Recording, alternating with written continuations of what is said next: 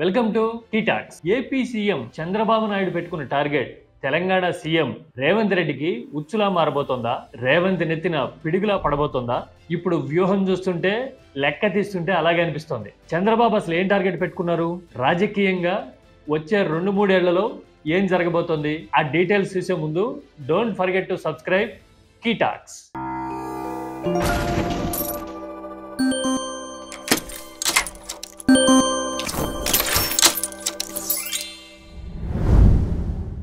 చంద్రబాబు 1,00,000 కోట్లు టార్గెట్ పెట్టుకున్నారు. అమరావతిలో 1,00,000 కోట్ల పెట్టుబడులు రాబోతున్నాయి అంటూ భారీ స్థాయిలో హైప్ చేయడం మొదలుపెట్టారు. ప్రధాని మోడీని పిలిచి మరీ అమరావతి రీస్టార్ట్ అవుతోంది అని భారీ స్థాయిలో సంబరం చేసేందుకు మరోసారి అమరావతి మళ్లీ మొదలవుతోంది, రాబోయేదంతా అమరావతి టైమే అని చెప్పడానికి వ్యూహాత్మకంగా సర్వశక్తులు వడ్డబోతున్నారు.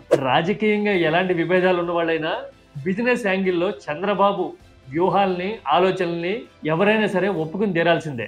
1,00,000 కోట్లు అన్నారు అంటే అందులో ప్రైవేటు పెట్టుబడులు, కేంద్ర ప్రభుత్వ సంస్థలు అని చెప్తున్న మెజారిటీ సింహభాగం రియల్ ఎస్టేట్ వాటానే ఉండేందుకు ఎక్కువ అవకాశాలు ఉంటాయి. ఎందుకంటే అమరావతి జీవం అంతా రియల్ ఎస్టేట్ లోనే ఉంది. అందుకోసమే టీడీపీ అధికారంలో ఉంటే అమరావతిలో రియల్ ఎస్టేట్ రేట్లు, ప్లాట్లు పరిగెడుతూ ఉన్నాయి. టీడీపీ అధికారంలోకి లేకపోతే అమాంతం నేలమట్టమై ధరలు పడిపోతున్నాయి. ఇదంతా డేటా. ఇదేమీ అంచనా కాదు, గాల్లో వేస్తున్న లెక్క కాదు. కావాలంటే చూడండి, టీడీపీ అధికారంలో ఉన్నప్పుడు అమరావతిలో గజం ధర 40,000 దాటింది. అదే 2019లో చంద్రబాబు ఓడిన తర్వాత 9 నుంచి 18,000కి పడిపోయిందని చెప్తూ ఉన్నారు. అంటే సగం కంటే తక్కువ, అంటే 30 నుంచి 35% రేట్లు పడిపోయాయి. అదే చంద్రబాబు మళ్ళీ 2024లో గెలవగానే అమాంతం గజం ధర 60,000కి పెరిగిపోయింది అనే హైప్ మొదలైంది. ఇందులో ఏది వాస్తవం, ఏది గ్రౌండ్ రియాలిటీ అంటే రియల్ ఎస్టేట్ ఎప్పుడూ హైప్ మీద నడుస్తూ ఉంటుంది. 60,000 పెరిగిన గజం ఇప్పుడు ఎంత పెరుగుతుంది అనేది ఊహించడానికి అంత తేలిగ్గా లేదు. ఎందుకు అంటే ఇదంతా రియల్ ఎస్టేట్ వ్యాపారం అంతా ప్రచారం మీద, హైప్ మీద, పబ్లిసిటీ మీద జరిగిపోతుంది అనే బూస్ట్ ఇవ్వడం ద్వారానే మాత్రమే జరుగుతూ ఉంటుంది. అందుకోసమే ఇప్పుడు 1,00,000 కోట్లు అనే లెక్క చెప్పిన తర్వాత ఈ ఎఫెక్ట్ అమరావతి మీద ఎంత ఉంటుంది అనే దాంతో పాటు పక్కనున్న హైదరాబాద్ రియల్ ఎస్టేట్ మీద కూడా ఈ ప్రభావం పడేలా కనబడుతోంది. అమరావతికి రాజకీయ పరమైన అవరోధాలు ఏమైనా ఉంటాయా? వచ్చే ఎన్నికల్లో గనుక వైసీపీ అధికారంలోకి వస్తే పరిస్థితి ఏంటి? ఇలాంటి అంచనాలు ఏవి ఇప్పుడు పనిచేయవు నిజానికి. ఎందుకు అంటే హైప్ క్రియేట్ చేయటం, మార్కెట్ కి బూస్ట్ ఇవ్వడము, ప్లాటింగ్ చేయడము, అమ్మడం మీద మాత్రమే రియల్ ఎస్టేట్ ఎప్పుడు ఆధారపడి ఉంటుంది. ఇప్పుడు సపోజ్ ఒక 50 ఎకరాలో 100 ఎకరాలో కొన్నవాళ్ళు దాన్ని ప్లాట్లుగా చేసి 1000 మందికో 2000 మందికో అమ్మేసిన తర్వాత మార్కెట్ మొత్తం ఈ 100-50 ఎకరాల మోడల్లో జరుగుతూ ఉంటుంది. అంటే ఈ హైప్ అంతా అక్కడ క్రియేట్ అయిపోతుంది కాబట్టి పర్పస్ అనేది సర్వ్ అవుతుంది.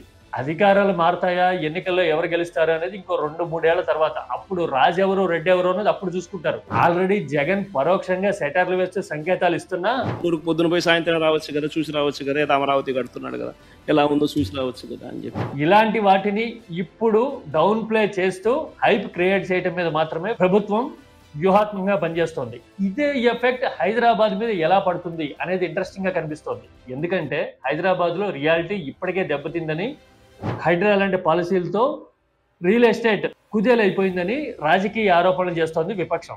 దీంతో పాటు సప్లై ఎక్కువగా ఉండటము, సప్లైతో పోలిస్తే డిమాండ్ తక్కువగా ఉండటము, అమెరికాలో ట్రంప్ అనుసరిస్తున్న విధానాలు, మాంద్యం మళ్లీ వస్తోంది అనే ప్రచారాలు, ఇవన్నీ కలిసి హైదరాబాద్ మార్కెట్ ని ఆల్రెడీ దెబ్బతీస్తూ ఉన్నాయి. ఇలాంటి సమయంలో అమరావతి రైజ్ అయితే కనుక ఇటువైపు పెట్టుబడి పెట్టే వాళ్ళందరూ అటు చూస్తే, ఎందుకంటే 300 నుంచి 350 కిలోమీటర్ల పరిధిలో ఒక హాట్ స్పాట్ రెడీ అయితే కనుక రియాలిటీ పెట్టుబడులన్నీ అటు వెళ్ళిపోతాయి అనేది ఇన్ఫ్రా ఇండెక్స్ అర్థమైన వాళ్ళకి ఎవరికైనా తెలుస్తుంది.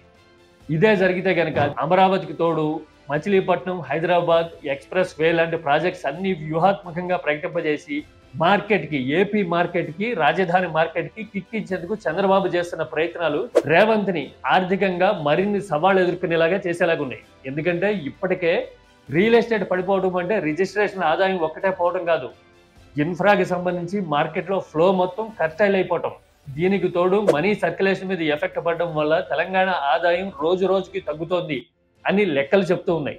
ఇలాంటి సమయంలో మరో 3-4 నెలల్లో అమరావతి గనక చంద్రబాబు వ్యూహం ప్రకారం రియాలిటీ గేరప్ అయితే హైదరాబాద్ మీద, రేవంత్ మీద చాలా ప్రభావం పడేందుకు అవకాశాలు ఎక్కువగా ఉన్నాయి. ఏమంటారు? రాజకీయ వ్యూహం అమరావతి రియాలిటీ మార్కెట్ని అమాంతం లేపగలదా? మీ అభిప్రాయాన్ని కామెంట్లో చెప్పండి. Don't forget to subscribe key talks.